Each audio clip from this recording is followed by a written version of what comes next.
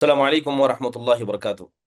الحمد للہ رب العالمین، والصلاة والسلام على سید الانبیاء والمرسلین، نبینا محمد وعلى آلہ وصحبہ اجمعین، اما بعد۔ یقول اللہ سبحانہ وتعالی: وقالوا هذه انعام وحرث حجر لا يطعمها الا من نشاء بزعمهم وانعام حرمت ظهورها وانعام لا يذكرون اسم الله عليها افتراء علیہ۔ محترم اور مکرم عزیز طلباء و طالبات، الحمدللہ اللہ کے فضل و کرم سے ایک اور نئی کلاس نبی کریم صلی اللہ علیہ وسلم کی سیرت کے حوالے سے آپ کے سامنے، اس سے پہلے اس کے حوالے سے کچھ دروس ہوئے ہیں، جس کے اندر ما قبل عرب کی حالات، ما قبل عرب کے نزدیک کتنی قسم کی قبائل تھے، اصل عرب کون ہیں، ان چیدہ چیدہ چیزوں کی طرف اشارہ کیا گیا تھا۔ نبی کریم صلی اللہ علیہ وسلم کی سیرت کو پڑھنا یقیناً یہ ہر مسلمان کے لیے واجب و ضروری ہے۔ کیا ایسا ہو سکتا ہے کہ جو آدمی نبی کریم صلی اللہ علیہ وسلم سے محبت کیے بغیر مسلمان نہیں ہو سکتا؟ آپ کی اتباع کیے بغیر وہ جنت کے قریب اللہ کی رضامندی کو نہیں پا سکتا؟ وہ آپ کی سیرت کو پڑھے بغیر مسلمان ہو جائے گا؟ آپ علیہ الصلاۃ والسلام کے اخلاق کو جانے بغیر کیا اس کا ایمان درست ہوگا؟ کیا وہ حقیقت میں آپ کا متبع سنت ہو پائے گا؟ کیا وہ صحابہ کے نقش قدم پر چل پائے گا؟ سیرت رسول صلی اللہ علیہ وسلم کو پڑھنا یہ ہر مسلمان کے لیے واجب و ضروری ہے۔ کیوں واجب و ضروری ہے؟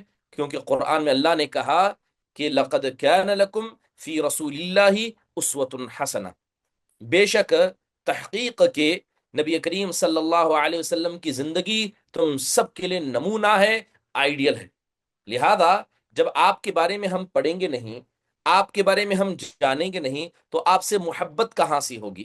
اور جب محبت نہیں ہوگی تو آپ علیہ الصلاۃ والسلام کی اتباع دل و جان سے کیسے کریں گے؟ محترم حاضرین، اس سے قبل دروس کے اندر عرب کے حالتوں کا ذکر آیا تھا۔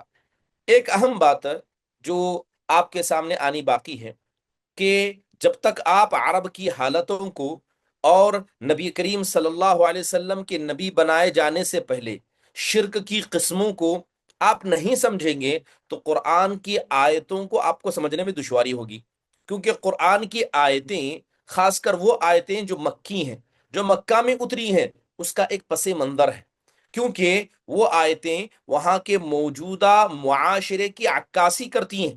تو جب تک آپ ان کے بارے میں نہیں جانیں گے، ان کے ادیان و مذاہب کو نہیں جانیں گے، حقیقت آپ کے سامنے واضح نہیں ہوگی۔ انشاءاللہ تعالی آج کے درس میں ہم ذکر کریں گے کہ عرب کے اندر ادیان و مذاہب کتنے قسم کے تھے۔ آپ علیہ الصلاۃ والسلام کے آنے سے پہلے کیا کیا شرک، کتنے قسم کے بت آپ کے یہاں پائے جاتے تھے۔ اگر بات کی جائے عرب کے لوگوں کی، تو عرب کے عام باشندے یہ حضرت اسماعیل علیہ الصلاۃ والسلام کی دعوت کے نتیجے میں دین ابراہیم کے پیروکار بن گئے تھے، اور یہ صرف ایک اللہ کی عبادت کرتے تھے، توحید پر کاربند تھے۔ لیکن جیسے ہی وقت گزرتا گیا اور اللہ تعالیٰ کی نازل کردہ آیتیں یا اس وقت کے انبیاء، جیسے ہی وقت گزرتا گیا ان کی نصیحتوں کو لوگوں نے بھلا دیا، دھیرے دھیرے توحید کمزور ہوئی۔ حضرت ابراہیم علیہ السلاۃ والسلام، حضرت اسماعیل علیہ السلاۃ والسلام نے جن آثار، جن نقوش کو چھوڑا تھا وہ مٹتے گئے، یہاں تک کہ ایک شخص جو بنو خزاعہ کا تھا، جس کا نام عمرو بن لحی تھا، یہ لوگوں کے نگاہوں کے سامنے آ گیا۔ اصل ہوا یہ کہ یہ جو عمرو بن لحی تھا یہ بڑا نیکوکار انسان تھا، بلکہ اس کے بارے میں تاریخ کے اندر لکھا گیا ہے کہ یہ صدقہ و خیرات دیتا تھا، اور جو مشرکین مکہ کے دینی معاملات تھے اس میں اسے بڑی گہری دلچسپی تھی، اس لیے لوگوں نے اسے محبت کی نگاہ سے دیکھا۔ بلکہ جو وقت کے اکابر علماء اور افاضل اولیاء ہوا کرتے، یہ بھی اس کی اتباع کرتے، اور یہ بھی کیا ہے، ان کا ساتھ دیا کرتا۔ پھر ہوا یہ کہ جو عمرو بن لحی تھا، اس نے ملک شام کا سفر کیا، تو وہاں دیکھا کہ ملک شام کے اندر بہت سارے لوگ بتوں کی عبادت کرتے ہیں۔ اس نے سمجھا یہ تو بہتر ہے، اور کیونکہ ملک شام یہ پیغمبروں کی زمین ہے، یہاں پر آسمانی کتابیں اتری ہیں اور یہاں پر بت پرستی بھی ہے، تو اس نے سمجھا کہ یہی دین الہی ہے۔ چنانچہ وہ اپنے ساتھ ساتھ ایک بت کو اٹھا لایا، کہاں سے؟ ملک شام سے، اور اب تک اس شخص کے واپس آنے تک عرب کے یہاں بت پرستی نہیں تھی، ٹھیک ہے؟ تو جو بت اٹھا وہ لایا تھا اس کا نام ہبل تھا، ٹھیک ہے؟ اسے لاتا ہے، خانہ کعبہ کے اندر رکھ دیتا ہے، اور اہل مکہ کو اللہ کے ساتھ شرک کی دعوت دے دیتا ہے، کیونکہ اہل مکہ کو یہ بات اچھی لگی تو انہوں نے اس کی بات پر لبیک کہا، اور دھیرے دھیرے، کیونکہ مکہ یہ عرب کے لوگوں کا سینٹر تھا کعبۃ اللہ ہونے کی وجہ سے، تو جیسے جیسے ہی مکہ والوں نے حبل بت کو قبول کیا، اس کی عبادت کرنے لگے، تو اس کے بعد چاہے مکہ ہو، مدینہ ہو، یا طائف کا یہ مکمل ایریا جسے حجاز کہا جاتا ہے، یہاں کے لوگ بھی دھیرے دھیرے شرک کی طرف آگے بڑھنے لگے، کیونکہ کعبۃ اللہ کے اندر جو بت تھا مکہ والے اس کی عبادت کرتے، اور مدینہ ہو یا حجاز ہو یا اصل میں حرم کے والی شمار کیے جاتے تھے، تو سب مل کر اس کی عبادت کرنے لگے۔ تو اس طرح سب سے پہلے عرب کی یہاں بت پرستی اس شخص جو بنو خزاعہ کا تھا، عمرو بن لوحی کی وجہ سے آئی۔ اب یہ بات نہیں ہے کہ یہ حبل بت جو اسے ملک شام سے لایا تھا بس ایک اکیلا بت تھا جس کی عبادت کی جاتی تھی، بلکہ قدیم ترین بتوں میں منات نام ایک بت کا بھی آتا ہے۔ حبل ہو، منات ہو، یہ سب یہ خواتین تھی، یہ عورتیں تھیں، اور ان کا کیا ہے، بت بنا کر لوگوں کے سامنے رکھ دیا گیا تھا۔ اس کے علاوہ بحر احمر کے ساحل پر قدید نامی ایک جگہ تھی، اس قدید نامی جگہ پر کیا ہے، یہ منات بت کو رکھا گیا تھا۔ اس کے علاوہ طائف کے اندر ایک بت تھا جسے لات کہا جاتا تھا۔ تو آپ دیکھیں کہ عرب کے یہاں کتنے سارے بت تھے، ایک حبل ہے، ایک منات ہے، اور اسی طرح ایک لات ہے، اور اسی طرح وادی نخلا یہاں بھی عزا نامی ایک بت موجود تھا۔ یہ تینوں عرب کے سب سے بڑے بتوں میں شمار ہوتے تھے، کون سا؟ لات، منات، عزا۔ اور حقیقت میں یہ تین کیا ہے، اللہ کے ناموں سے لیے گئے تھے۔ لات حقیقت میں لفظ اللہ سے لیا گیا ہے، منات اللہ کے نام المنان سے لیا گیا، العزا اللہ کے نام العزیز سے لیا گیا۔ تو لوگوں نے کیا کیا، اللہ کا نام لیا، اس کے اندر کاٹ پیٹ کیا، اور اپنے بتوں کو کیا ہے، اللہ کے نام پر رکھ دیا۔ تو اس اعتبار سے حجاز کے اس خطے میں یہ تین بڑے مشہور اور معروف بت تھے۔ اب جیسے ہی مکہ، کیونکہ وہ سینٹر تھا، سارے عرب کے لوگ یہاں آتے تھے، جب یہاں بت پرستی پھیل گئی تو اس کے بعد ہوا یہ کہ جتنے ارد گرد کے علاقے تھے سارے کے ساروں میں بت پرستی کثرت سے پھیلنے لگی، یہاں تک کہ تاریخ میں لکھا گیا ہے۔ اور یہ بات میں آپ کو بتا دوں کہ جتنی بھی تاریخی روایتیں ہوتی ہیں، کوئی آدمی سوال نہیں کر سکتا کہ یہ صحیح بات ہے کیا، کیونکہ تاریخی روایتوں پر حدیث کی طرح حکم لگانا بڑا مشکل ہے۔ اور جس کتاب کو الرحیق المختوم کو ہم پڑھا رہے ہیں، یا جس کتاب کے حوالے سے بہت ساری بنیادی باتیں آپ کے سامنے رکھی جائیں گی، اس کے اندر بھی بہت سارے ایسے حوالے دیے گئے ہیں جو تاریخی ہیں۔ ان میں سے ایک حوالہ یہ بھی ہے کہ عمرو بن لوحی بتایا جاتا ہے کہ ایک جن اس کے پاس موجود تھا، کیونکہ اس نے شرک کو پھیلانے کا کیا ہے، بیڑا اٹھا کر رکھا تھا، تو ایک جن اس کے پاس تھا۔ تو اس نے بتایا کہ جو حضرت نوح علیہ السلاۃ والسلام کے زمانے کے 5 مشہور بت تھے، وہ جدہ، جو ابھی فی الحال وقت جدہ ہے، اس کے قریب میں ان کو دفن کیا گیا۔ وہ 5 بت کون تھے؟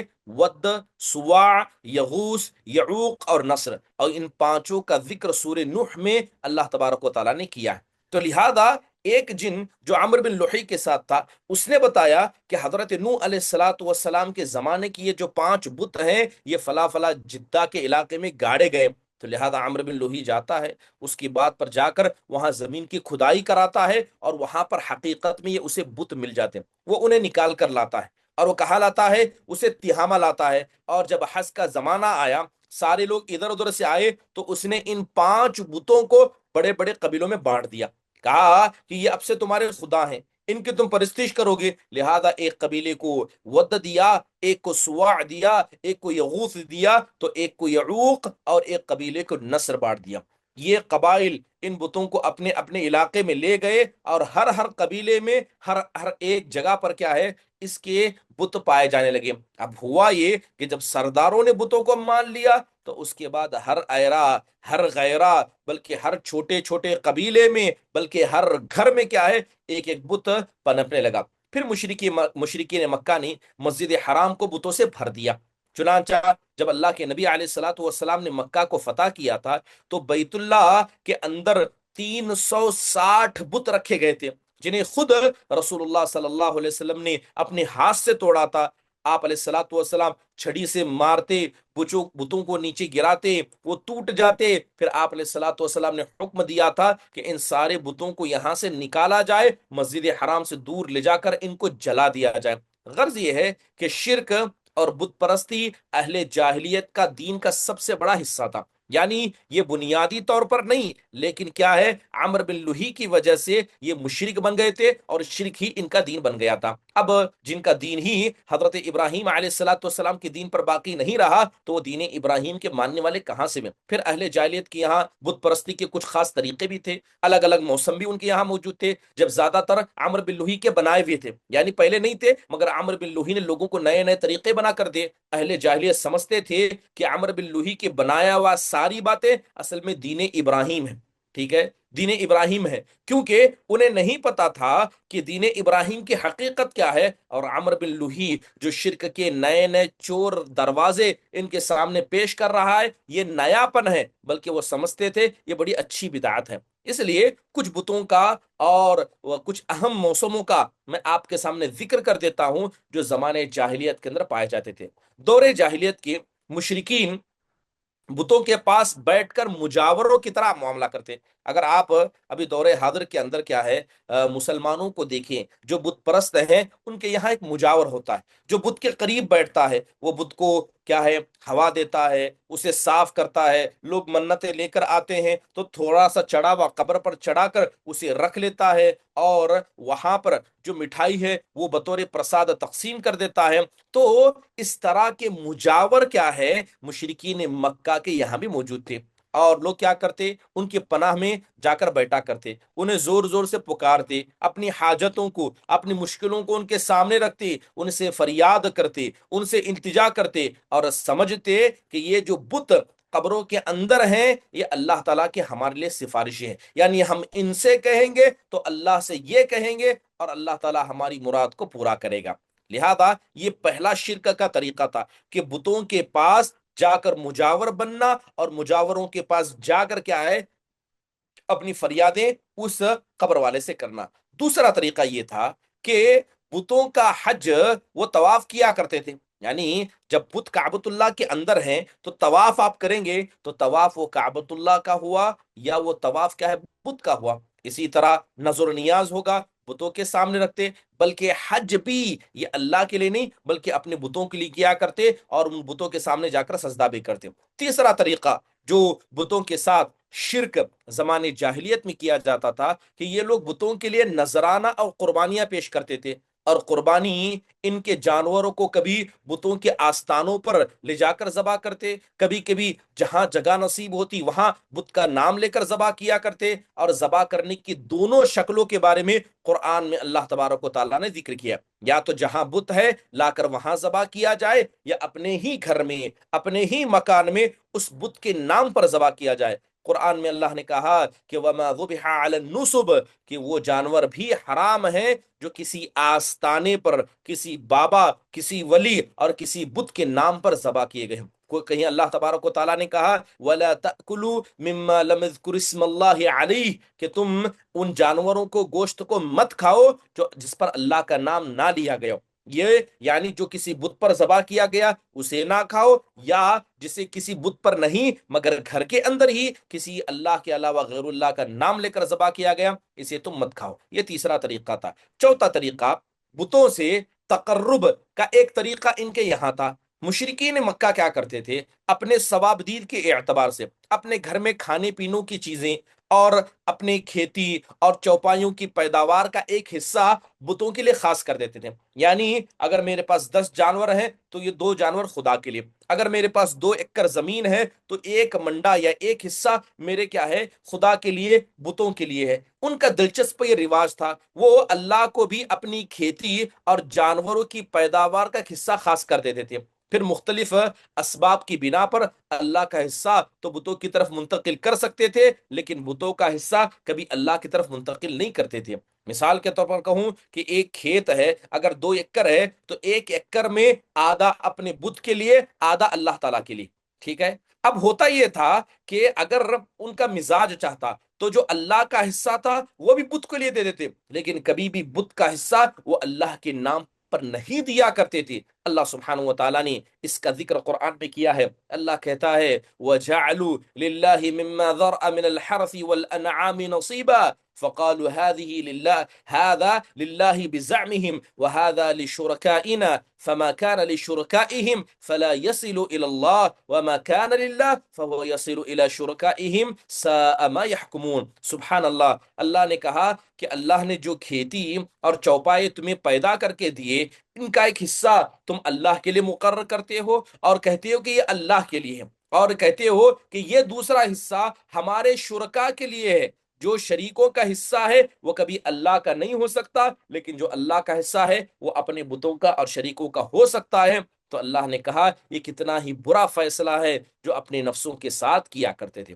پانچواں طریقہ جو بت پرستی کا یا شرک کا یہ تھا کہ بتوں کے تقرب کا ایک طریقہ یہ بھی تھا کہ مشرکین کھیتی اور چوپائے کے اندر مختلف قسم کی نظریں مانتے تھے، اور نظریں مان کر کیا ہے، اسے ان جانوروں کو پالتے یا کھیتی کا کام کیا کرتے۔ قرآن میں اللہ نے اس کا بھی ذکر کیا وَقَالُوا هَذِهِ أَنْعَامٌ وَحَرْثٌ حِجْرٌ لَا يَطْعَمُهَا إِلَّا مَن نَّشَاءُ بِزَعْمِهِمْ وَأَنْعَامٌ حُرِّمَتْ ظُهُورُهَا وَأَنْعَامٌ لَا يَذْكُرُونَ اسْمَ اللَّهِ عَلَيْهَا افْتِرَاءً عَلَيْهِ۔ ان مشرکین نے کہا کہ یہ چوپائے اور یہ کھیتیاں یہ ممنوع ہیں، ان کو کھا نہیں سکتے، ان کا استعمال نہیں کر سکتے، انہیں وہی کھا سکتا ہے جسے ہم چاہیں گے۔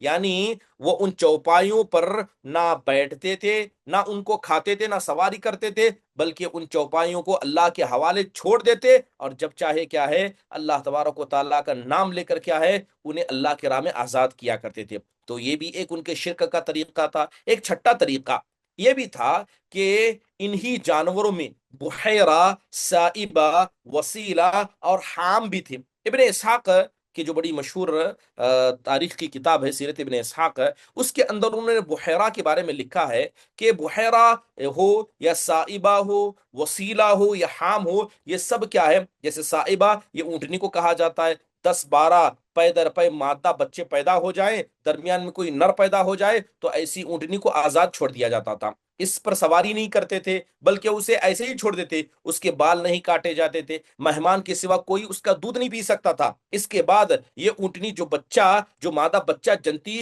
اس کا کان چیر دیا جاتا تھا اور اسے بھی اس کی ماں کے ساتھ آزاد چھوڑ دیا جاتا تھا۔ اس پر سواری نہیں کی جاتی، اس کے بھی بال نہیں کاٹے، اور مہمان کے سوا کوئی بھی اس کا دودھ نہیں پیتا تھا۔ اس کو بحیرہ کہا جاتا تھا اور ماں کا نام سائبہ ہوتا۔ تو یہ سب ان کی من گھڑت کہانیاں تھی۔ بات اگر وسیلہ کی کہیں تو یہ اس بکری کو کہا جاتا تھا جو 5 دفعہ کنٹینیوسلی پے در پے 2 مادہ بچے جنتی ہیں، یعنی 5 بار میں 10 بچے جس نے جن لیے، درمیان میں کوئی نر پیدا نہیں ہوا، یعنی سارے فیمیل پیدا ہوئے۔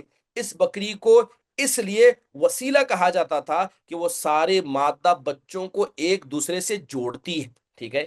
اس کے بعد اس بکری سے جو بچے پیدا ہوتے انہیں صرف مرد کھا سکتے تھے، عورتوں کو کھانے کے لیے جائز نہیں تھا۔ البتہ اگر کوئی بچہ مردہ پیدا ہو جائے تو عورتوں کو دیتے تھے اور مردوں کے لیے اس کو کیا ہے صحیح قرار دیتے تھے۔ سبحان اللہ، یہ کس طرح کا رواج ان کے یہاں موجود تھا، لیکن حقیقت میں یہ سارے رواج اور خرافات مشرکین کے یہاں پائے جاتے تھے۔ اب حام کیا ہے؟ یہ اس نر اونٹ کو کہتے تھے جو جفتی سے پیدا ہوتا ہے، یعنی پے در پے 10 مادہ بچے پیدا ہوئے، درمیان میں ایک نر پیدا ہوا، ایسے اونٹ کی پیٹھ محفوظ کر دی جاتی، نہ اس پر سواری کی جاتی، نہ اس کے بال کاٹے جاتے، بلکہ اسے اونٹوں کے ریوڑ میں جفتی کے لیے آزاد چھوڑ دیا جاتا تھا کہ جس اونٹنی پر چاہے وہ سوار ہو جائے، اور اس کے سوا اس کا کوئی دوسرا فائدہ نہیں اٹھاتا تھا، بس اسے جفتی کے لیے چھوڑ دیا گیا۔ دور جاہلیت کی بت پرستی اور ان سارے طریقوں کی تردید اللہ نے قرآن میں ذکر کی۔ قرآن میں اللہ تعالیٰ کہتا ہے ما جعل اللہ من بحیرۃ ولا سائبۃ ولا وصیلۃ ولا حام ولكن الذین کفروا یفترون علی اللہ الکذب واکثرهم لا يعقلون۔ اللہ نے کہا کہ نہ اللہ نے کوئی بحیرہ بنایا، نہ سائبہ، نہ وسیلہ، نہ کوئی حام ہے، یعنی اللہ کا ان سے کوئی تعلق ہی نہیں ہے، لیکن جن لوگوں نے کفر کیا وہ اللہ پر جھوٹ گڑتے ہیں اور اپنی عقل کے ذریعے جو چاہے منمانی کام کرتے ہیں۔ کہیں دوسری جگہ اللہ نے کہا وقالوا ما فی بطون هذه الانعام خالصة لذکورنا ومحرم على ازواجنا وان یکن میتۃ فهم فیہ شرکاء۔ ان مشرکین نے کہا کہ جو کچھ چوپائیوں کے پیٹ میں ہے وہ صرف ہمارے مردوں کے لیے اور ہماری عورتوں پر حرام ہے، لیکن اگر کوئی بچہ ماں کے پیٹ سے مردہ پیدا ہو جائے تو وہ مرد عورت دونوں کے لیے کھانا جائز ہے۔ چوپایوں کی یہ جو جتنی قسمیں میں نے آپ کے سامنے ذکر کی، چاہے وہ بحیرہ ہو یا سائب ہو یا دیگر ہو، تو ان کا کیا ہے، سیرت ابن اسحاق کے اندر بڑا تفصیل ذکر آیا۔ حضرت سعید بن مسیب رحمہ اللہ علیہ جو سید التابعین ہیں اور حضرت ابو ہریرہ رضی اللہ عنہ کے داماد بھی ہیں، یہ ان جانوروں کو طاغوت کہا کرتے تھے، اور صحیح بخاری کے اندر ایک روایت بھی آئی ہے کہ عمرو بن لحی یہ پہلا شخص تھا جس نے بتوں کے نام پر جانور چھوڑے۔ عرب کے یہاں رواج نہیں تھا جیسے آج ہمارے یہاں ملک عزیز میں ہندوستان کے اندر بہت سارے غیر مسلمانوں کو آپ دیکھیں گے کہ وہ کسی دیوی اور دیوتاؤں کے نام پر جانوروں کو چھوڑ دیتے ہیں۔ کہا یہ اس دیوی کے نام پر چھوڑ دیا گیا، یہ بھیٹ ہے، چڑھاوا ہے۔ اور مشرکین مکہ کے یہاں سب سے پہلے اس کام کو جس نے انجام دیا یہ وہی شخص تھا جس نے سب سے پہلے بت پرستی کو لا کر کیا ہے کعبۃ اللہ میں رکھا اور مشرکین مکہ کے درمیان بت پرستی کو پھیلایا۔ وہ کون ہے؟ عمرو بن لحی جو قبیلے خزاعہ سے تھا۔ عرب اپنے بتوں کے ساتھ یہ سب کچھ اس عقیدے کے ساتھ کرتے کہ یہ بت انہیں اللہ کے قریب کر دیں گے، چاہے وہ جانوروں کے حوالے سے ہو یا بتوں کے حوالے سے۔ سب کا عقیدہ کیا تھا کہ یہ بت کیا ہے، ہمیں اللہ سے قریب کر دیں گے، اللہ کے حضور میں ان کی سفارش کریں گے۔ چنانچہ قرآن میں اللہ تعالیٰ نے کہا کہ ما نعبدہم الا لیقربونا الی اللہ زلفا، یہ کہتے ہیں کہ ہم ان کی عبادت صرف اس لیے کرتے ہیں کہ یہ ہمیں اللہ کے قریب کر دے۔ تو اللہ تعالیٰ نے کہا وَيَعْبُدُونَ مِن دُونِ اللَّهِ مَا لَا يَضُرُّهُمْ وَلَا يَنْفَعُهُمْ وَيَقُولُونَ هَؤُلَاءِ شُفَعَاؤُنَا عِندَ اللَّهِ، یہ مشرکین اللہ کے سوا ان بتوں کی عبادت کرتے ہیں جو نہ نفع دے سکتے ہیں نہ نقصان دے سکتے ہیں، اور یہ کہتے ہیں کہ یہ بت ہمارے کیا ہے اللہ کے نزدیک سفارش ہے۔ مشرکین عرب فال بازی کا کام کیا کرتے تھے، ازلام جسے کہا جاتا ہے۔ ازلام کا مطلب تیر کو کہتے ہیں، ٹھیک ہے، ایسے تیر جس پر پر نہ لگے ہوں۔ آپ نے تیر کو دیکھا ہوگا کہ پیچھے پر ہوتے ہیں، لیکن عرب کے لوگ کیا کرتے، تیر ہوتا مگر پیچھے پر نہ ہوتے، ان کو کیا ہے فال بازی کے لیے استعمال کرتے تھے۔ اور ان تین تیر کے جو ہے تین قسم کے ہوتے، ایک وہ جس پر صرف ہاں لکھا ہوتا، ایک وہ جس پر نہیں لکھا ہوتا۔ اس قسم کی تیر سفر اور نکاح جیسے اہم مقاموں کے وقت استعمال کیے جاتے۔ اگر فال میں مثال کے طور پر تیر کو نکالا جاتا اور اڑا دیا جاتا، اگر ہاں نکلتا تو شادی ہو یا سفر ہو اس کو انجام دے دیا جاتا، اگر نہیں نکلتا تو سال بھر کے لیے اس کام کو ملتوی کیا جاتا، پھر آئندہ سال دوبارہ فال نکالی جاتی، اگر ہاں یا نہ نکلے گا تو کیا ہے اسے ویسا ہی کیا جاتا۔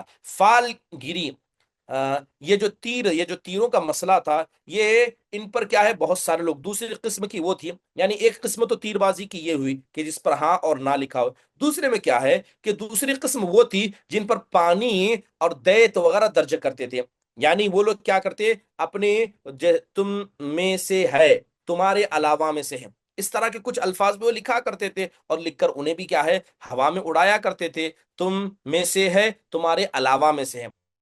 یعنی اگر کوئی آدمی کے اندر جن سوار ہو جائے یا اس کے ساتھ کوئی ایسا معاملہ ہو جائے تو اس طرح کا کام وہ کیا کرتے تھے۔ ان تیروں کا مصرف یہ تھا کہ جب کسی نے نسب میں شبہ ہوتا تو اسے 100 اونٹوں میں ملک کے پاس لے جاتے، اونٹوں کو تیر والے محنت کے حوالے کر دیتے، وہ تمام تیروں کو ایک ساتھ ملا کر گھما کر جھنجھوڑ دیتا، پھر ایک تیر نکالتا، اگر یہ کہتا کہ تم ان میں سے ہو تو گویا تم کیا ہے اپنے باپ کی نسل سے ہو، اگر اس کے اندر آتا کہ تم ان میں سے نہیں ہو تو اس کا مطلب یہ ہوتا کہ یہ آدمی اپنے باپ کے نسل سے نہیں ہے، یہ کسی اور کا ہے، لہذا اس قبیلے والے آدمی کو دوسروں کے ساتھ جوڑ دیا جاتا تھا۔ اسی سے ملتا جلتا ایک رواج مشرکین میں جوا کھیلنے اور جوے کے تیر استعمال کرنے کا بھی تھا۔ یہ اسی تیر کی نشاندہی پر وہ جوے کا اونٹ ذبح کرتے اور اس کا گوشت بانٹا کرتے تھے، ٹھیک ہے۔ مشرک عرب کاہنوں کا ہو، عراف ہو اور نجومیوں کی خبروں پر بھی ایمان رکھتے تھے۔ اگر کوئی آدمی کاہن ہے، جادوگر ہے، اس نے بتا دیا کہ فلاں جگہ ایسا ہوگا، اس کو مان لیتے۔ کوئی چیز گمشدہ ہو گئی، بتا دیا جاتا کہ تمہاری گمشدہ چیز فلاں جگہ ہے تو اس کو بھی مان لیتے ہیں، اور اگر نجومی کہتے کہ فلاں ستارہ یہاں ہوگا تو یہ کام ایسا ہوگا، تمہارے لیے خیر کا باعث ہوگا، فلاں ستارہ وہاں ہوگا یہ تمہارے لیے نقصان دہ ہوگا، تو مشرکین مکہ ان تمام چیزوں پر کیا ہے، ایمان رکھا کرتے تھے۔ کاہن اسے کہتے ہیں جو آنے والے واقعات کی پیشن گوئی کرتا ہے وقت ہونے سے پہلے، اور راز میں کیا ہے، بہت سارے واقفیت کے دعوے کرتا ہے کہ تمہاری زندگی میں ایسا ہوا ویسا ہوا۔ اور بعض کائنوں کا یہ بھی دعویٰ ہے کہ ایک جن ان کے تابع ہوتا ہے جو انہیں خبریں پہنچاتا ہے، اور بعض کاہن یہ بھی کہتے ہیں کہ انہیں ایسا فہم عطا کیا گیا جس کے ذریعے وہ غیب کا پتہ لگا لیتے ہیں۔ بعض اس بات کا دعویٰ بھی کرتے ہیں کہ جو آدمی ان سے کوئی بات پوچھنے آتا ہے اسی قول وہ فعل سے یا اس کی حالت سے کچھ مقدمات اور اسباب کے ذریعے وہ جائے واردات کا پتہ لگا لیتے ہیں۔ یعنی آدمی آیا، پوچھنے والے نے پوچھا تو اس کے ہاؤ بھاؤ سے، اس کے بات کرنے کے انداز سے، اس کے دل کی حالتوں کو جان کر کیا ہے وہ باتیں بتاتے ہیں۔ اسی قسم کے آدمی کو عراف کہا جاتا ہے۔ عراف یعنی جو چیزوں کی پہچان کراتا ہے۔ مثلا وہ شخص جو چوری کے مال، چوری کی جگہ اور گمشدہ جانور وغیرہ کا پتہ ڈھونڈ کر دے دے، اس کو کیا کہا جاتا تھا؟ عراف کہا جاتا تھا۔ موجودہ معاشرے میں بھی کیا ہے، بہت سارے ایسے جنات کو اپنے تابع رکھنے کا دعویٰ کیا ہے، بہت سارے عراف کہتے ہیں۔ حقیقت میں یہ سب کے سب جادوگر ہیں، اور یہ جادوگر کس قسم کے ہیں کہ ان کے پاس کیا ہے، غیب ہونے کا یہ جھوٹا دعویٰ کرتے ہیں، جبکہ غیب صرف اللہ سبحانہ و تعالیٰ کی ذات جانتی ہے۔ ٹھیک ہے۔ نجومی کسے کہتے ہیں؟ نجومی اسے کہتے ہیں جو ستاروں پر غور کر کے ان کی رفتار، ان کا وقت کا حساب لگاتا ہے، اور لگا کر دنیا میں یعنی آئندہ وقت میں کیا کیا حالات ہوں گے، کیا کیا واقعات پیش آئیں گے، ان کے بارے میں بتاتا ہے۔ ان نجومیوں کی خبروں کو ماننا در حقیقت میں تاروں پر ایمان لانا ہے، اور تاروں پر ایمان لانے کی ایک صورت یہ بھی ہے کہ مشرکین عرب کیا ہے، ان نشتروں پر ایمان رکھتے تھے اور کہتے تھے کہ ہم پر فلاں اور فلاں ستارہ آ جائے تو ہمارے اوپر بارش ہو جائے گی۔ مشرکین میں ایک رواج بدشگونی کا بھی تھا، اسے عرب میں طیرہ یعنی بدفالی کہا جاتا تھا۔ جیسے کہ کل کے درس کے اندر میں نے اس کا ذکر کیا تھا، کیونکہ عقیدے سے اس کا بڑا گہرا تعلق ہے۔ فال بازی لینا جسے ہم کہتے ہیں منحوس سمجھنا، یا یوں کہیے کہ جسے ہم کہا جاتا ہے کہ انسان کیا کرے، بدگمانی رکھے، انسان کیا کرے، کیا ہے، برا تصور رکھے، فال بازی طیارہ تھا۔ اس کی صورت ان کیا یہ تھی کہ مشرکین کسی چڑاوا یا ہرن کے پاس جا کر اسے بھگا دیتے، ٹھیک ہے، کسی چڑیا یا کسی ہرن کے پاس جا کر اسے بھگا دیتے تھے۔ پھر اگر وہ دائیں جانب بھاگ جاتا تو اس کو اچھا سمجھتے اور کامیابی کی علامت سمجھتے اور اس کام کو انجام دیتے، لیکن وہ چڑیا اور ہرن اگر لیفٹ جانب بھاگ جاتا تو اسے منحوس سمجھا جاتا تھا اور اس کام سے انسان رک جاتا۔ اس طرح اگر چڑیا یا جانور راستہ کاٹ دے تو صرف اسے منحوس سمجھتے تھے، یعنی وہ نہ دائیں گئے نہ بایاں گیا بلکہ سیدھا گیا، جس راستے پر ہم جا رہے تھے اس راستے کو اس نے کاٹ دیا تو اس کو منحوس سمجھا جاتا تھا۔ اس سے ملتی جلتی ایک حرکت مشرکین مکہ کے نزدیک یہ بھی تھی کہ وہ خرگوش کے ٹخنوں کی ہڈی کو لٹکاتے تھے، ٹھیک ہے، خرگوش کے ٹخنوں کی ہڈی کو لٹکاتے تھے، اور بعض دنوں، مہینوں اور جانوروں اور گھروں اور عورتوں کو بھی منحوس سمجھا کرتے تھے۔ بیماریوں کی چھوت کے قائل تھے، یعنی اگر کسی کو بیماری لگ جائے تو ہمارے یہاں جیسے چھوا چھوت کی بیماری ہوتی ہے کہ اگر آپ اس کو چھیئیں گے تو بیماری لگ جائے گی، تو یہ بھی عقیدہ ان کے یہاں تھا۔ روح کو الو بن جانے کا عقیدہ مانتے تھے، یعنی اگر کوئی الو گھر پر آ کر بیٹھ جائے تو کہتے تھے کہ یہ دادا ہیں، یہ نانا ہے، یہ فلاں فلاں ہمارے خاندان کا شخص ہے، یہ بھی عقیدہ ان کا یہاں رکھا جاتا تھا۔ ان کے عقیدہ یہ بھی تھا کہ جب کوئی آدمی مقتول ہو یعنی مر جائے، اسے قتل کیا جائے تو وہ اپنا بدلہ لینے کے لیے واپس آتا ہے، اور کہتے تھے کہ مرنے والے کو سکون نہیں ملتا، لہذا بسا اوقات جس آدمی کو مار دیا گیا اس کی روح الو بن کر آتی ہے اور بیابانوں میں گردش لگاتی ہے، گردش لگاتی ہے، اور پیاس پیاس یا مجھے پلاؤ کی صدا لگاتی ہے، یعنی وہ اپنے گھر والوں کو ابھارتی ہے کہ میرا بدلہ لیا جائے، مجھے مارا گیا ہے، جنہوں نے مارا، جس قبیلے نے مارا اسے کیا ہے، لڑا جائے، اس کو برباد کیا جائے۔ اس طرح کی صدا کا بھی وہ لوگ دعویٰ کرتے تھے۔ چلیے ان باتوں سے بنیادی طور پر آپ کے سامنے یہ بات واضح ہو گئی ہوگی کہ عرب کے یہاں نبی کریم صلی اللہ علیہ وسلم کے آنے سے پہلے کتنے قسم کے دین تھے، اور کیسا کیسا مذہب، شرک کے کتنے طریقے، اور جانوروں کے ساتھ ہو، بت پرستی کا معاملہ ہو، فال بازی کا ہو، نحوست سمجھنے کا ہو، یہ رواج ان کے یہاں موجود تھا۔ اب یہ ساری باتیں بتانے کا مقصد کیا ہے؟ مقصد یہ ہے کہ آپ کو تاریخ یاد ہو جائے، اور آپ کو پتا چل جائے کہ یہ سب زمانے جاہلیت کے وہ شرک کے ادوار تھے، وہ شرک کے طریقے تھے جس نے اسلام کو جس کو کیا ہے، اسلام نے آنے کے بعد ختم کر دیا، بند کر دیا۔ چلیے بات کرتے ہیں دین ابراہیم میں کیا ہے، قریش کی بدعتیں کیا تھی۔ دین ابراہیم یہ اسے مانتے تھے، یہ تھا کہ اہل جاہلیت کے عقائد و اعمال کو اگر آپ دیکھیں تو ان کے ساتھ ان کے اندر دین ابراہیم کے کچھ باقیات بھی ملیں گے۔ ایسا نہیں ہے کہ پورے کے پورے مشرک تھے، حضرت ابراہیم علیہ الصلاۃ والسلام نے جس دین کو چھوڑا تھا کوئی بھی اثر ان کے اندر باقی نہیں تھا، ایسا نہیں تھا، بلکہ دین ابراہیم کی بہت ساری چیزیں تب بھی ان کے پاس باقی تھی، یعنی انہوں نے یہ دین پورے طور پر نہیں چھوڑا تھا۔ چنانچہ وہ بیت اللہ کی تعظیم اور اس کا طواف کیا کرتے تھے، حج و عمرہ کرتے تھے، عرفات وہ مزدلفہ میں جا کر ٹہرا کرتے تھے، اور ہدی یعنی جانوروں کو لا کر وہاں ذبح کرتے تھے۔ البتہ انہوں نے اس دین ابراہیم میں بہت ساری بدعتوں کو ایجاد کر کے شامل کر دیا تھا۔ تو حج کرنا، بیت اللہ کی عزت کرنا، اور عمرہ کرنا، عرفات جانا اور مزدلفہ میں ٹہرنا، جانوروں کو ذبح کرنا، یہ سارے کے سارے کے دین ابراہیم کا ایک حصہ تھا جو ان کے اندر برابر اب بھی باقی تھا، مگر کچھ بدعتوں کو انہوں نے ملا دیا تھا۔ چلیے کچھ بدعتوں کو میں آپ کے سامنے ذکر کر دیتا ہوں جو ان کے یہاں پائی جاتی تھی۔ قریش کی ایک بدعت یہ بھی تھی، وہ کہتے تھے کہ ہم ابراہیم علیہ الصلاۃ والسلام کے اولاد ہیں، حرم کے پاسبان ہیں، بیت اللہ کے والی ہیں، مکہ کے باشندے ہیں، کوئی شخص ہمارا ہم مرتبہ نہیں ہو سکتا، نہ کسی کے حقوق ہمارے حقوق کے برابر ہو سکتے ہیں۔ یعنی ان کا یہ کہنا کیونکہ ہمارے پاس یہ چیزیں ہیں تو ہم سب سے بڑے ہیں، نہ ہمارے جیسا کوئی ہے، نہ ہمارے جیسا کوئی اس کعبۃ اللہ پر حق رکھتا، یہ کہتے تھے۔ اور اسی بنا پر یہ اپنا نام حمص، بہادر اور گرم جوش رکھا کرتے تھے، لہذا ہمارے شایان شان نہ کوئی ہے، نہ حدود حرم سے کوئی باہر جا سکتا ہے۔ چنانچہ حج کے دوران یہ لوگ عرفات نہیں جاتے تھے، نہ وہاں سے افاضہ کرتے تھے، بلکہ مزدلفہ میں ٹہر کر وہیں سے افاضہ کرتے تھے۔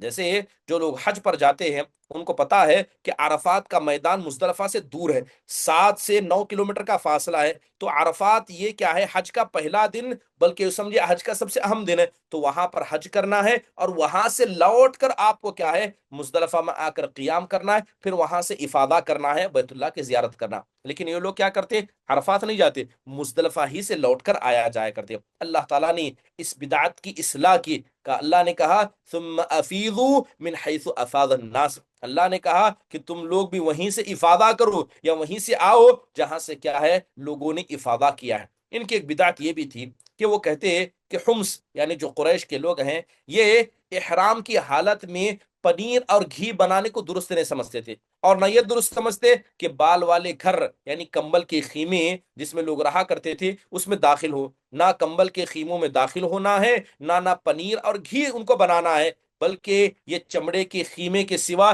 کسی اور جگہ سایہ بھی نہیں حاصل کرتے تھے۔ یہ بھی ان کی بدعتوں میں سے تھا، جبکہ دین ابراہیم میں اس کا کوئی تصور پایا نہیں جاتا ہے۔ ان کی ایک بدعت یہ بھی تھی، وہ کہتے تھے کہ بیرون حرم کے باشندے حج یا عمرہ کرنے کے لیے آئیں اور بیرون حرم سے کھانے کی کوئی چیز لے کر آئیں تو اسے ان کے علاوہ کوئی دوسرا کھانا درست نہیں، یعنی حرم کے اندر کے جو لوگ ہیں اگر وہ کھانا لائیں گے تو یہ خود کھائیں گے، باہر والا کوئی آدمی اسے کھا نہیں سکتا۔ ایک بدعت ان کے یہاں یہ بھی تھی کہ انہوں نے بیرون حرم کے باشندوں کو حکم دے رکھا تھا، یعنی جو حرم سے باہر سے آتے تھے انہیں حکم دے رکھا تھا کہ وہ حرم میں آنے کے بعد پہلا طواف حمص سے حاصل کریں گے، ٹھیک ہے، کپڑوں میں ہی کریں گے۔ چنانچہ اگر ان کا کپڑا دستیاب نہ ہوتا تو مرد ننگے طواف کرتے، اور عورتیں اپنے سارے کپڑے اتار کر صرف ایک چھوٹا سا ٹکڑا کیا ہے جو اصل میں ایک کپڑے کا یا چمڑے کا ہوتا اسے پہن لیتی، خاص کر کیا شرمگاہ کی جگہ پر، اور اسی طرح طواف کرتی تھی،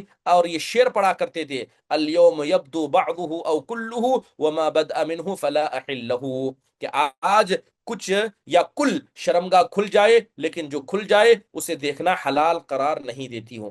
اللہ تعالیٰ نے اس خرافات کا خاتمہ کرتے ہوئے کہا یا بنی آدم خذوا زینتکم عند کل مسجد، اے آدم کے بیٹوں، اے آدم کی اولادوں، جب مسجد میں آؤ تو زینت اختیار کر لیا کرو، کیونکہ انہوں نے اس طرح کا رواج بنا کر رکھا تھا۔ لہذا مرد ہو کہ خواتین ہو، اگر ان کو کپڑے نہیں ملتے، خاص کر مشرکین عرب کے جو کپڑے، قریش کے جو کپڑے تھے، اگر وہ ان کو نصیب نہیں ہوتے تو ان بغیر کپڑوں کے یہ لوگ کعبۃ اللہ کا طواف کیا کرتے تھے۔ تو یہ بھی ایک بدعت تھی۔ بہرحال اگر کوئی عورت یا مرد برتر اور معزز بن کر بیرون حرم سے لائے ہوئے اپنے ہی کپڑوں میں طواف کر لیتا تو طواف کے بعد ان کپڑوں کو پھینک دیتا تھا، اور اسے خود نہ فائدہ اٹھاتا نہ کسی اور کو فائدہ اٹھانے کا حکم دیتا، یعنی وہ کپڑے منحوس ہو گئے۔ اگر مشرکین مکہ کے کپڑے پہن لے تو ٹھیک ہے، اگر اپنے کپڑوں میں، خاص کر قوم کا اگر کوئی بڑا آئے، تو ہر آدمی کو اجازت نہیں دی جاتی، لیکن کوئی قوم کا بڑا آئے، قریش اور حمص کے کپڑے اسے نہ ملے اور وہ اپنا کپڑا پہن کر آئے، تو کیا کرتے کہ طواف کے بعد اس کپڑے کو نکال کر وہ پھینک دیتا، اسے نہ استعمال کرتا، نہ کسی اور کو استعمال کرنے کی اجازت دیتا۔ قریش کی ایک بدعت یہ بھی تھی کہ وہ حالت احرام میں گھر کے اندر دروازے سے داخل نہیں ہوتے تھے، بلکہ گھروں کے پچھواڑے سے ایک بڑا سا سوراخ بنا لیتے اور اسی سے آتے جاتے تھے، یعنی گھر کا جو دروازہ اس سے نہیں، گھر کے پیچھے کے دروازے سے، خاص کر کیا ہے جب وہ حالت احرام میں ہوتے، اور اسے وہ نیکی سمجھا کرتے تھے۔ اللہ تبارک و تعالیٰ نے اس سے بھی انہیں منع فرمایا۔ یہی دین یعنی شرک اور بت پرستی تو ہمارے خرافات پر مبنی عقیدے والا دین ہے، اور عام اہل عرب کا یہی دین تھا۔ اس کے علاوہ جزیرہ عرب کے مختلف اطراف میں یہودیت تھی، مسیحیت تھی، مجوسیت تھی، صابیت تھی، اور موقع موقع کیا ہے، تاریخ کا جب ہم خاکہ پڑھتے ہیں تو اور بھی بہت سارے خرافات کا ذکر ملتا ہے۔ جزیرہ عرب میں یہود کے کم سے کم دو ادوار گزرے ہیں۔ پہلا دور اس وقت سے تعلق رکھتا ہے جب فلسطین میں بابل اور عاشر کی حکومت کیا ہے داخل ہوئی، انہوں نے فتح کیا، بہت سارے یہودیوں کو وطن چھوڑ کر وہاں سے بھاگنا پڑا۔ اس حکومت کی سخت گیری بخت نصر کے ہاتھوں میں تھی، اور یہ یہودیوں کی بستی کو، بخت نصر کیا کرتا، یہودیوں کو بستیوں کو تباہ کر دیتا، اور اسی نے ہیکل سلیمانی کو بھی گرایا تھا، اور ملک بابل کے اندر کیا ہے بہت سارے یہودیوں کو جلا وطن کر دیا گیا تھا۔ تو اس وقت یہودی کیا ہے حجاز اور شمالی اطراف طرف آئے تھے۔ اب حجاز سے مراد کیا ہے، مکہ، مدینہ اور طائف ہے۔ یہ پہلا دور ہوا۔ دوسرا دور اس وقت شروع ہوتا ہے جب ایک شخص تھا جس کا نام ٹائٹس تھا، جو روم کا تھا، اس کی قیادت میں 70 میلادی میں رومیوں نے فلسطین پر قبضہ کیا تھا۔ اس موقع پر رومیوں کے ہاتھوں میں یہودیوں کی ساری چیزیں پڑ گئیں، تو انہوں نے کیا کیا، پھر دوبارہ ہیکل سلیمانی کو برباد کر دیا، متعدد یہودی قبیلوں کو حجاز بھاگنے پر مجبور کیا، کچھ لوگ یثرب یعنی مدینہ بھاگ گئے، کچھ خیبر بھاگ گئے، کچھ تیمہ جا کر آباد ہو گئے۔ تو باقاعدہ طور پر ان کی بستیاں مکمل کے مکمل وہاں سے چھوڑ کر بھاگی، اور انہوں نے کیا کیا، چاہے وہ یثرب ہو، خیبر ہو، یہاں پہنچنے کے بعد اپنے اپنے قلعے بنا لی تاکہ بعد میں ہم پر کوئی حملہ نہ کر سکے۔ لہذا اس طرح یہودیوں کو وہاں سے آباد دور کر دیا گیا تھا، اور اسلام کے آنے سے پہلے یہ سارے کے سارے کیا ہے مکہ کے قریب تھے۔ مکہ میں بھی یہودی تھے، معذرت کے ساتھ مدینہ میں یہود تھے، خیبر میں یہودی تھے، اور مقام تیمہ میں بھی کیا ہے یہودیوں کی ایک بڑی ٹولی موجود تھی۔ بات اگر یثرب کی کریں، مدینہ کی کریں، تو ظہور اسلام کے وقت مشہور یہودی قبائل خیبر میں بنو نذیر تھا، بنی مصطلق تھا، قریظہ تھا، بنو قینقاع تھا، اور اس کے علاوہ سہمودی یا اس طرح قبیلے کا نام ذکر کیا جاتا ہے، ان کا بھی ذکر یہاں پر موجود ہے۔ یہودیت کو یمن سے بھی بہت فروغ حاصل ہوا، یہاں ان کے پھیلنے کی بہت ساری وجوہات تھے، خاص کر ایک شخص جس کا نام اسعد ابو بکر تھا، تو اس شخص نے کیا ہے یثرب پر حملہ کیا تھا، حملہ کر کے وہاں کے یہودیوں کا ساتھ دیا، بلکہ خود اس نے یہودیت کو قبول کر لیا تھا۔ بنو قریظہ کے 2 یہودی علماء کو اپنے ساتھ یمن لے کر آیا، ان کے ذریعے یہودیت کو یمن میں پھیلایا، اور خود بھی یہودی بن گیا تھا۔ تو ابو کرب کے بعد اس کا بیٹا یوسف، یہ دونوں یمن کے حاکم بن گئے۔ لہذا جب یمن کے حاکم بن گئے، ان کا باپ یہودی تھا، تو انہوں نے یہودیت کو پورے جوش کے ساتھ نجران کے عیسائیوں کو ختم کرنے کے لیے کیا ہے نجران پر حملہ کر دیا، انہیں مجبور ہو کر یہودیت کو، دین کو قبول کرنا پڑا، مگر انہوں نے اس کا انکار کر دیا، وہ نہیں مانے۔ اس پر کیا ہے خندق کھدوائی گئی، آگ میں انہیں جلوایا گیا، ان کے بوڑھوں کو، ان کے بچوں کو، عورتوں کو، سب کو بلا تمیز کیا ہے آگ میں پھینک دیا گیا تھا۔ اس حادثے میں مرنے والوں کی تعداد 40,000 کی بتائی جاتی ہے. ٹھیک ہے. ایسے واقعے کیا ہے، اسی کو سورہ بروج کے اندر اللہ سبحانہ و تعالیٰ نے اس کا ذکر کیا ہے. جہاں تک عیسائی مذہب کا تعلق ہے تو بلاد عرب میں ان کی آمد حبشی اور رومی لوگوں کے قبضہ کرنے اور فتح کرنے کی وجہ سے ہوئی. لہذا اس سے پہلے جہاں تک میں سمجھتا ہوں کہ اس کا ذکر آیا ہوگا، کیونکہ کتاب کے اندر اس کا ذکر موجود ہے کہ یمن پر حبشیوں کا حملہ کیسے ہوا، اور کس طرح حبشی کیا ہے جو ہے عیسائیت کو اختیار کر لیتے ہیں. تو اس زمانے میں کیا ہے، بہت سارے ایسے لوگ تھے جو زاہد تھے، جو کرامتوں کو دکھایا کرتے، اور انہی کرامتوں کی وجہ سے کیا ہے، نجران ہو، یہ ان کے یہاں اہل نجران کے یہاں عیسائیت بڑی زور سے پھیلی، اور اس وقت کیا ہے یہ دین بڑا زور و شور سے کیا ہے ان کے یہاں پھیلایا جاتا تھا. چلیے اگر بات دینی حالت کی کریں، دینی حالت کہ عرب کی دینی حالت کیا تھی، تو یہ بھی ایک بڑا باب ہے کہ دین ابراہیم کی حالت کیا تھی، بت پرستی کی حالت کیا تھی، اور عام لوگوں کا جینا کیسا تھا، عیسائیت کو کتنا قبول کیا گیا تھا، اور جاہلی معاشرے کی چند جھلکیاں آج بھی ہمارے یہاں کیسے پائی جاتی ہیں. تو انشاءاللہ تعالی ان کے حوالے سے آنے والے سبق میں کچھ مختصر انداز سے بتایا جائے گا کہ جاہلی معاشرے کی چند جھلکیاں آج بھی ہمارے درمیان کیسے موجود ہیں، اور اس کے ساتھ یہ بھی بتایا جائے گا کہ حقیقت میں جاہلیت کا معاشرہ ہوتا کیسا تھا، اجتماعی انداز سے کیسے تھے، کمانے اور اقتصاد کیسا تھا، اخلاقی حالات ان کے کیسے تھے. تو انشاءاللہ ان کے جینے کا طریقہ، ان کا کمانے کا طریقہ، اور ان کے اخلاقی حالات، ان سب کو بتایا جائے گا، اور ان کی کون سی عادتیں ہیں جسے اسلام نے حرام قرار دیا مگر آج موجودہ معاشرے میں زمانے جاہلیت کی کچھ جھلکیاں کیسے پائی جاتی ہیں، اس کا بھی ذکر انشاءاللہ تعالی آئندہ سبق میں کیا جائے گا. اللہ تعالیٰ سے دعا ہے کہ اللہ سبحانہ و تعالیٰ ہمارے اس اٹھنے بیٹھنے کو قبول فرمائے، اور جو بھی باتیں یہاں پر تاریخ کے حوالے سے رکھی گئی ہیں، اللہ سے دعا ہے کہ اللہ تبارک و تعالیٰ اس کو قبول فرمائے. اگر کسی کا کوئی سوال ہو تو مختصر انداز سے پوچھیں.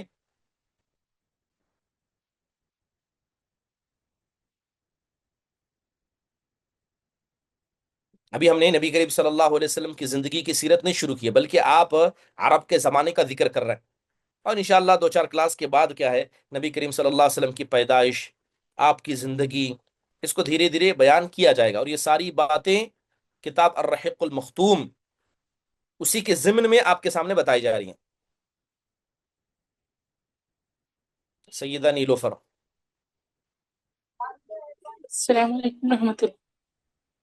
وعلیکم السلام ورحمۃ اللہ وبرکاتہ. جی شیخ، جو آپ بتائے نا لات، یہ ہے نا حقیقت میں ہوں اللہ کے نام سے لیا گیا تھا بلکہ.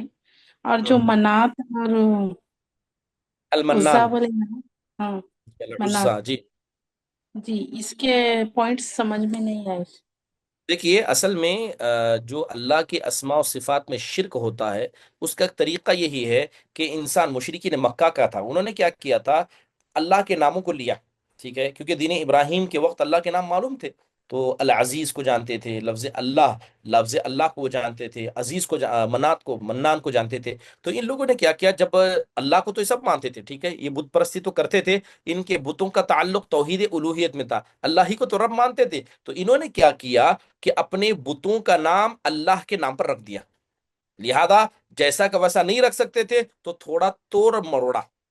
ٹھیک ہے، اللہ، لفظ اللہ، اسے انہوں نے اللہ اللات کر دیا. ٹھیک ہے، اللہ کا نام المنان تھا، اس کو کاٹ پیٹ کر آگے پیچھے کر کے المنات اپنے بت کا نام رکھ دیا، اور یہ ساری فیمیل تھی. ٹھیک ہے، اور اللہ کا نام جو عزیز تھا، ان لوگوں نے اپنے فیمیل بت العزا کے نام پر رکھ دیا، اور کہتے تھے کہ اللہ کے نام ہے. تو کیونکہ وہ سمجھتے تھے کہ یہ نیک لوگ ہیں یا اللہ والے، لہذا اللہ ہی کے نام ان کو دیے جانے چاہیے. تو اس طرح کا شرک ان کے یہاں موجود تھا.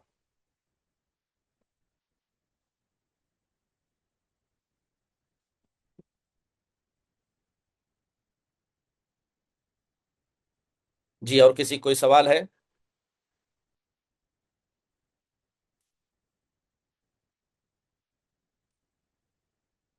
چلیے ٹھیک ہے، پھر اجازت دیجیے، انشاءاللہ تعالی بقیہ باتیں آئندہ سبق میں کریں گے. اللہ تعالی ہم سب کے ایمان اور اخلاص کی حفاظت عطا فرمائیں. اللہ ہم کو صاحب عمل بتائے. آمین. اقول قولی هذا واستغفر الله لي ولكم ولسائر المسلمين من كل ذنب فاستغفروا انه هو الغفور الرحيم. جزاكم الله خير واحسن الله اليكم. السلام عليكم ورحمة الله وبركاته.